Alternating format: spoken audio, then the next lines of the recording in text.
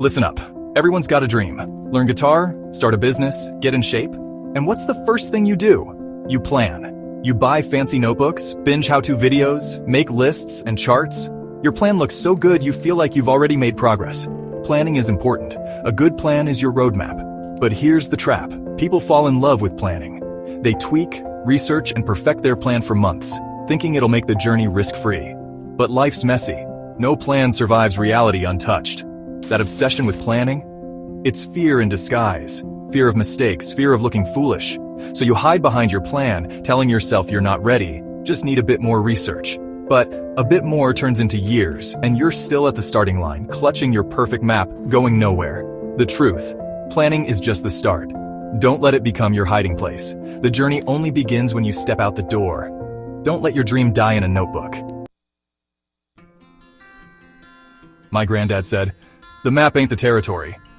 Your plan is just a guess, a best-case scenario from your couch. The real world throws surprises your plan never saw coming.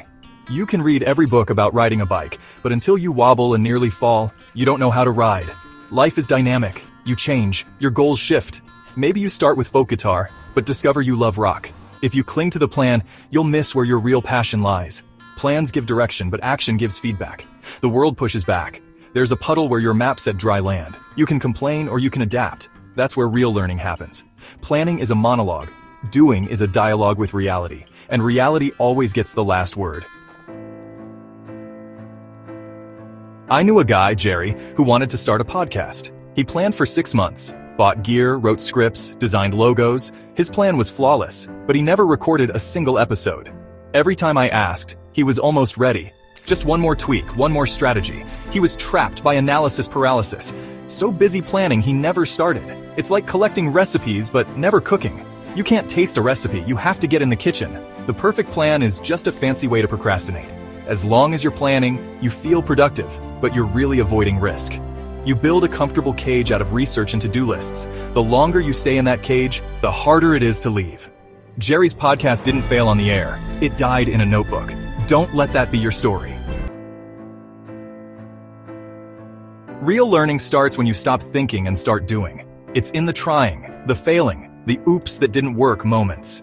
Every mistake is a lesson, not a failure. Babies fall 1,000 times learning to walk. They don't quit, they get up and try again. Mistakes are your best teachers. They're data points, not dead ends. You can read about folding egg whites, but you won't get it until you try, and probably mess it up the first time. That's how real knowledge sticks. The joy comes from action. Playing a song without mistakes, selling your first product, crossing a finish line. These moments are earned through messy, imperfect action. The magic is in the doing, not the planning.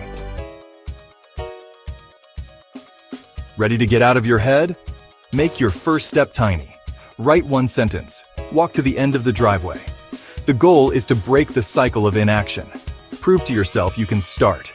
That tiny action builds momentum, more than 100 hours of planning ever could. Lower the stakes. Give yourself permission to be a beginner. Embrace the awkwardness.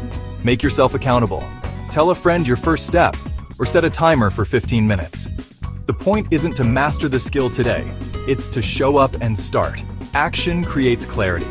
You won't know the next step until you take the first one. Stop waiting for the perfect moment or for someone to give you permission. Your dream is your responsibility.